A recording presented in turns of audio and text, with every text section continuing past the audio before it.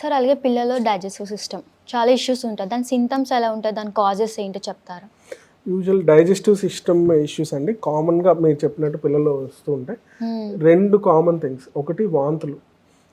వాంతుల్లో కూడా మనకి ఎమర్జెన్సీ అని ఎప్పుడు అంటామంటే 1-2 వాంతులు అయినప్పుడు పర్లేదు, బట్ ఆల్మోస్ట్ ఒక గంటలో ఒక 3-4 వామిటింగ్స్ చేస్తుంటారు. ఆర్ ఏమి తినకపోయినా వామిటింగ్స్ అవుతుంటాయి, లేదా పసర వాంతులు గ్రీన్ కలర్లో వామిటింగ్స్ అవుతుంటాయి, దాంతోపాటు పట్టుబ్బరంగా ఉంది. ఇలా ఉన్నప్పుడు వెంటనే సిగ్నిఫికెంట్ వాంతులను తీసుకొని ఎమర్జెన్సీ రూమ్కి రావాలి. అయ్యే కాకుండా నేను ఇందాక చెప్పినట్టు మోషన్స్ వల్ల మెయిన్ ప్రాబ్లం ఏంటి అంటే పిల్లల్లో ఒంట్లో నీరు శాతం తగ్గిపోతూ ఉంటుంది. దానివల్ల సపరేట్ కాంప్లికేషన్స్ వస్తాయి. సో ఎప్పుడు కూడా పిల్లల్లో ఎక్కువ మోషన్స్ అవుతున్నప్పుడు, లేదా నేను ఇందాక చెప్పినట్టు 1-2 మోషన్స్ అలా అయినా పర్వాలేదు, బట్ అలా కాకుండా ఇప్పుడు గంటలోనే ఒక 10-15 మోషన్స్ అవుతున్నాయి, ఆర్ వాటర్ ఇచ్చినట్టు మోషన్ అయిపోతుంది, ఏం తిన్నా పడట్లేదు, లేదా బ్లడ్ మోషన్స్. ఎప్పుడైతే మోషన్లో బ్లడ్ బంకా ఉంటుందో అది ఖచ్చితంగా స్టమక్ ఇన్ఫెక్షన్ ఆర్ పేగుల ఇన్ఫెక్షన్ సజెస్ట్ చేస్తుంది. అలాంటప్పుడు వెంటనే ఎమర్జెన్సీ రూమ్కి రావాల్సి ఉంటుంది.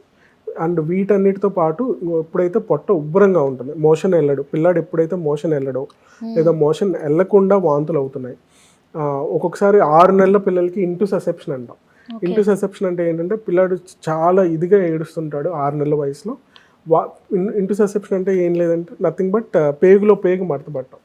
సో ఇలా జరిగినప్పుడు ఎలా తెలుస్తుంది అంటే ఎక్కువ బంక ఆర్ బ్లడ్ మోషన్స్ అవుతూ ఉంటాయి. వీటితో పాటు ఎక్కువ క్రాంకీగా ఏడుస్తాడు, మళ్ళీ వాటితో పాటు ఒక 10 నిమిషాలు నార్మల్ అవుతాడు, మళ్ళీ ఏడుస్తాడు. వీటితో పాటు ఏదైనా పసర వాంతులు ఉన్నా ఆర్ ఇంకేదైనా ఇంటెస్టైనల్ అబ్స్ట్రక్షన్ అంటాం, అంటే పేగు మడతపడినప్పుడు పసర వాంతులు ఎక్కువ అవుతూ ఉంటాయి.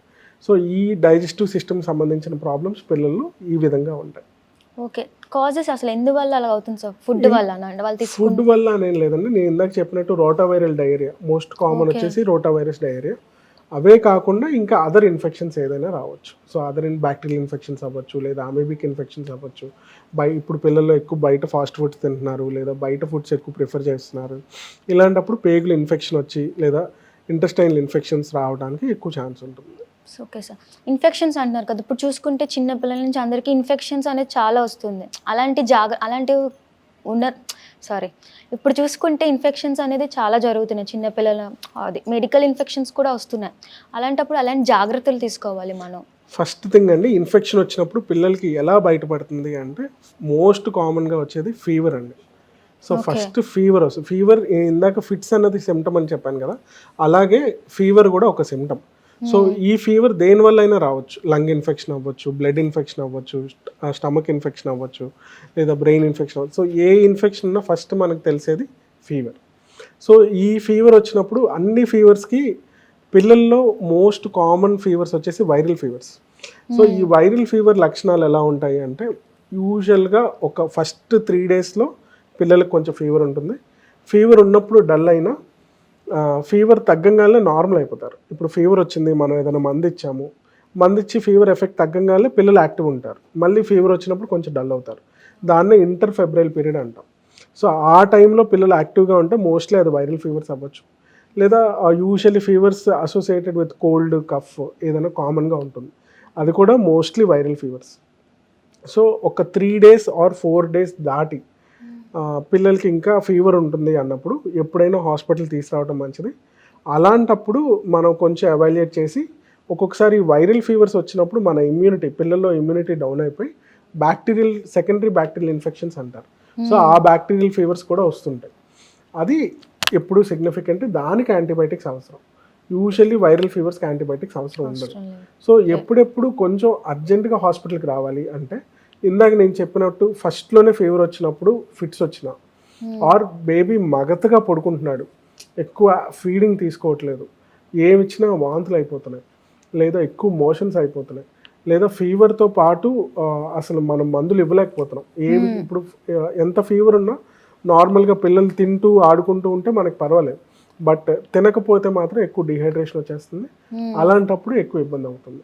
ఆర్ కొంతమందికి పిల్లల్లో ఫస్ట్ డే సెకండ్ డే అయినా ఫీవర్తో పాటు ఎక్కువ వాపులు రావడం జరుగుతుంది, పొట్ట వాపు లేకపోతే కళ్ళ వాపు, ఈ చుట్టూ వాపులు రావడం. అలాంటప్పుడు వెంటనే కూడా హాస్పిటల్కి రావాలి. సో ఎమర్జెన్సీస్ కోసం చెప్పారు కదా, ఇలాగే ఇంకేమైనా ఎమర్జెన్సీస్ ఉన్నాయా? లైక్ ఇంకా అదర్ ఎమర్జెన్సీస్ అంటే అండి పిల్లల్లో యూజువల్గా పాయిజన్స్ ఎప్పుడు ఇంపార్టెంట్. పాయిజన్స్ అంటే ఇప్పుడు కొన్ని సిచ్యువేషన్స్లో మేము ఏం చూస్తుంటామంటే ఏ నానమ్మో అమ్మమ్మో తాతయ్యో వేసుకునే ట్యాబ్లెట్స్ ఉంటాయి, షుగర్ ట్యాబ్లెట్స్ కానీ బీపీ ట్యాబ్లెట్స్ కానీ. ఇంట్లో పిల్లలు ఆడుకుంటూ అవి ఎక్కువ వేసేసుకుంటారు తెలియకుండా. లేదా ఏదైనా హౌస్ కన్స్ట్రక్షన్ కానీ లేకపోతే వుడ్ వర్క్ కానీ ఏదో జరుగుతూ ఉంటుంది, లేదా పెయింటింగ్ జరుగుతూ ఉంటుంది. సో పెయింట్ థిన్నర్ అని ఒక పాయిజనింగ్ ఉంటుంది. పెయింట్ థిన్నర్ అంటే ఏంటంటే అది చూడటానికి వాటర్లానే ఉంటుంది. సో పిల్లలు ఏంటంటే అది వాటర్ అనుకొని పెయింట్ థిన్నర్ తాగేస్తారు. సో పెయింట్ థిన్నర్ పాయిజన్స్ ఉంటాయి. కోవిడ్ టైంలో ఎస్పెషల్లీ మేము ఎక్కువ చూసినవి ఏంటి అంటే ఈ శానిటైజర్ పాయిజనింగ్స్. ఇంట్లో ఎక్కువ శానిటైజర్ ఉంటుంది, శానిటైజర్ పాయిజన్స్. లేదా కొంచెం ఇప్పుడు విలేజెస్లో చూస్తే కిరోసిన్ పాయిజనింగ్స్ కూడా జరుగుతుంటాయి. సో ఇది ఒక ఇంపార్టెంట్ థింగ్. ఇలా ఒకటి poisoning, any form of poison, అది ఒక డ్రాప్ తీసుకున్నా అది ఏమైనా సరే వెంటనే హాస్పిటల్కి రావాలి, అదొకటి. ఇంకా అవే ఇప్పుడు ఫార్మర్స్ ఉంటారు, ఫార్మర్స్ అయితే ఇంట్లో పురుగుల మందులు అవన్నీ ఉంటూ ఉంటాయి, ఆ పాయిజన్ అవ్వచ్చు. సో అదొక రకమైన ఎమర్జెన్సీ. పాయిజనింగ్ అన్నది ఒక ఎమర్జెన్సీ. 2 బైట్స్ అంటే స్నేక్ బైట్, ఇప్పుడు విలేజెస్లో వాటిలో స్నేక్ బైట్ కానీ, లేదా తేలు కాటు స్కార్పియన్ బైట్ కానీ, ఇలా ఏవైనా కుక్క కరిచింది లేదా కోతి కరిచింది. సో ఇలా ఏ బైట్స్ అయినా సరే సిగ్నిఫికెంట్. స్నేక్ బైట్ కానీ స్కార్పియన్ కానీ ఇవన్నీ కూడా ఎమర్జెన్సీసే. సో వీటితో పాటు ఇంకా ఎమర్జెన్సీస్ అంటే నేను ఇందాక చెప్పినట్టు పడిపోవటం, ఏదైనా దెబ్బలు తగ్గటం, పడిపోవటం, ఇవన్నీ. లేదా బర్న్స్, ఇప్పుడు ఇంట్లో ఆడుకుంటూ నెలల పిల్లలు ఉన్నప్పుడు ఏదైనా వేడి వస్తువులు ఉంటే అవి వాళ్ళ మీద పడిపోవటం, లేదా ఇంట్లో ఇంకేదైనా జరిగి కాలిపోవటం, ఇవన్నీ కూడా జరుగుతూ ఉంటాయి. సో బర్న్ ఇంజురీస్ కూడా ఒక ఫార్మ్ ఆఫ్ ఎమర్జెన్సీ. సో పడిపోవటం, బర్న్ ఇంజురీస్, వీటితో పాటు ఇంకా అదర్ థింగ్స్ చెప్పాను కదా, ఆ పాయిజనింగ్స్ కానీ బైట్స్ కానీ, లేదా ఎలర్జీస్. ఇప్పుడు కొంతమంది పిల్లలకి ఏంటంటే సడన్గా ఏదైనా తిన్న వెంటనే ఎలర్జిక్ రియాక్షన్ వచ్చేస్తుంది. స్కిన్ మీద దద్దులు రావటం, గోక్కోవడం, వాయిస్ మారిపోతుంది, పిల్లి కూతలు మొదలవుతాయి, విజిలింగ్ సౌండ్స్ లాగా మొదలవుతాయి. వాటితో పాటు ఇంకా పెదాలు వాయటం, కళ్ళు వాయటం, ఇవన్నీ ఫుడ్ ఎలర్జీస్లో కామన్గా చూస్తుంటాం. వీటితో పాటు ఇంకా ఎమర్జెన్సీస్ అంటే ఇప్పుడు పిల్లలు ఏదైనా తింటున్నప్పుడు సడన్గా కొలమారి లంగ్స్లోకి వెళ్ళిపోతుంది, దాన్నే ఫారిన్ బాడీ ఇంజెక్షన్ అంటాం. సో ఆ ఫారిన్ బాడీ ఇంజెక్షన్ అప్పుడు పిల్లలు వెంటనే ఆయాసపడటం, లేదా పిల్లి కూతలు రావటం, ఇవన్నీ కూడా కొలమారిన వెంటనే చూస్తారు. పిల్లలకి తిన్న వెంటనే కొలమారి వెంటనే ఇవన్నీ జరుగుతుంటాయి. సో దాన్ని కూడా ఫారిన్ బాడీ ఇంజెక్షన్ కూడా ఒక ఫార్మ్ ఆఫ్ ఎమర్జెన్సీ. కొంతమంది పిల్లలు కొంచెం 6 years 7 years పిల్లలు కాయిన్ మింగేయటం, బ్యాటరీ మింగేయటం, ఇవన్నీ కూడా చేస్తుంటారు. సో ఇవన్నీ కూడా పిల్లల్లో మనం అదర్ ఎమర్జెన్సీస్ ఎక్కువ చూస్తుంటాం. ఓకే, అలాగే చెవుల్లో పెట్టడం, మీరు అన్న ముక్కులో పెట్టడం, ఇవన్నీ ఎక్కువ ఫారిన్ బాడీ ఇంజెక్షన్స్ కానీ ఇన్హలేషన్స్ కానీ ఇవన్నీ ఎక్కువ చూస్తూ ఉంటాం. సార్ అలాగే emergency conditions like chronic conditions అంటే అండి పిల్లల్లో ఆల్రెడీ ఉన్న డిసీజెస్, అంటే కొన్నాళ్ళుగా ఉన్న డిసీజెస్లో ఎప్పుడు మనం ఎమర్జెన్సీస్ గుర్తించాలి. ఫర్ ఎగ్జాంపుల్ ఇప్పుడు మనం పిల్లల్లో షుగర్ వ్యాధి కూడా చూస్తున్నాం. టైప్ 1 డయాబెటీస్ అన్నది జెనెటికల్గా వచ్చే షుగర్ వ్యాధి. వాళ్ళల్లో ఒకవేళ ఎమర్జెన్సీ డీకేఏ అనేది ఒక ఎమర్జెన్సీ ఉంటుంది. సో అది ఎప్పుడు గమనిస్తామంటే వాళ్ళు ఫాస్ట్గా బ్రీతింగ్ తీసుకోవటం, లేదా ఒంట్లో ఉన్న యాసిడ్ లెవెల్స్ పెరిగిపోవటం వల్ల ఎక్కువ ఆయాస పడుతూ ఉంటారు, లేదా చిరాగ్గా ప్రవర్తిస్తూ ఉంటారు, స్పృహలో ఎక్కువ ఉండరు. ఓకే, సో ఇలాంటి కండిషన్స్లో ఈఆర్కి వెంటనే రావాలి. నార్మల్ పిల్లల కన్నా కూడా క్రానిక్ కండిషన్స్ ఉన్న పిల్లలకి ఎప్పుడు కూడా అతిగా జాగ్రత్తగా ఉండటం ఎప్పుడు మంచిది.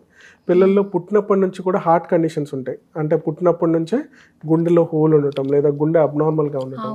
వాళ్ళు ఎప్పుడు చిన్న ఆయాసం ఉన్నా ఆర్ చిన్న ఫీవర్ ఉన్నా వెంటనే రావాలి. ఆర్ కొంతమంది పిల్లలకి ఇంకా నేను చెప్పినట్టు షుగర్ వ్యాధి ఉండటం కానీ, లేదా ఇంకేదైనా అదర్ క్రానిక్ కండిషన్స్ కూడా కొన్ని ఉంటాయి పుట్టుకతో వచ్చినవి. సో అలాంటి పిల్లల్లో మాత్రం వెంటనే ఏ చిన్న అబ్నార్మాలిటీ ఉన్నా ఫస్ట్ డాక్టర్కి చూపించి ఎమర్జెన్సీ రూమ్కి వచ్చి సలహా తీసుకోవడం ఎప్పుడూ మంచిది.